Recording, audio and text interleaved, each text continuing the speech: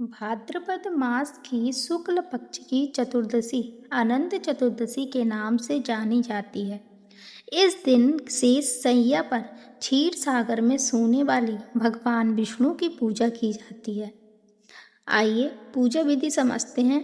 प्रातः निम्न क्रिया तथा स्नान आदि से निर्वत होकर चौकी के ऊपर मंडप बनाकर उसमें अक्षत सहित कुशा के 7 कणों से शेष भगवान की प्रतिमा स्थापित करें।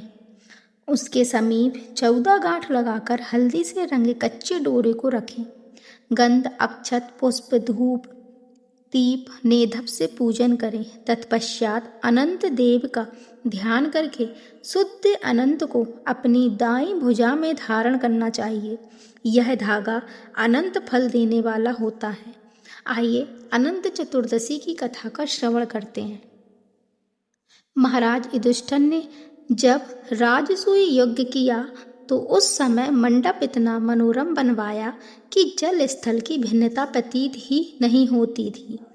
कहीं से टहलते टहलते दुर्योधन भी उस यज्ञ मंडप पर आ गए और द्रौपदी ने यह देखकर उपहास करते हुए कहा कि अंधों की संतान अंधी ही होती है। यह बात उनके हृदय में बाण जैसी लगी।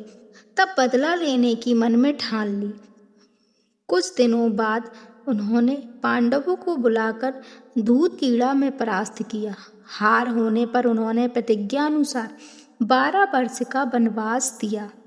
एक दिन भगवान कृष्ण जब मिलने गए तभी युधिष्ठिर ने सब वृत्तांत सुनाया और उन्हें दूर करने का उपाय पूछा।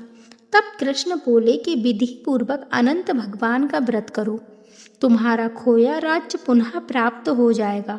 इसके बाद श्री कृष्ण ने एक कथा सुनाई। प्राचीन काल में सुमंत नामक ब्राह्मण के सुशीला नाम की एक कन्या थी। ब्राह्मण ने बड़ी होने पर उसका विवाह कौंडिन्य ऋषि के साथ कर दिया। कौंडिन्य ऋषि सुशीला को लेकर अपने आश्रम की ओर चले।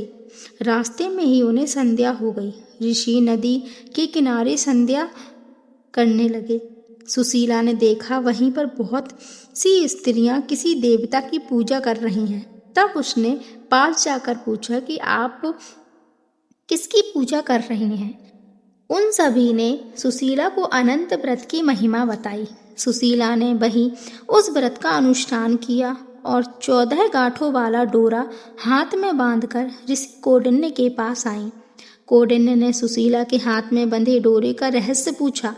सुशीला ने सब हाल कह सुनाया। कौंडिन्य ने डोरा तोड़कर अग्नि में डाल दिया। इससे भगवान अनंत का अत्यंत अपमान हुआ। परिणाम स्वरूप यह हुआ कि ऋषि सुखी न रह सके और उनकी धन दौलत समाप्त हो गई। तब उन्होंने सुशीला से इसका कारण पूछा तो सुशीला ने अनंत डोरे की याद दिलाई। कौंडिन्य पश्चाताप से उद्विग्न होकर उस डोरे के लिए वन चले गए। वन में काफी दिन घूमते घूमते वे एक दिन भूमि पर गिर पड़े। तब अनंत भगवान ने उन्हें दर्शन दिया और बोले, हे कौंडिन्य, तुमने मेरा तिरस्कार किया था, उसी से तुम्हें इतना कष्ट भोगना पड़ा। ज्ञान हो गया हो तो अब घर जाकर अनंत का अनुष्ठान 14 वर्षों तक करो। इससे तुम्हारे दुख दरिद्र मिट जाएंगे तथा धन्य धान्य से संपन्न हो जाओगे।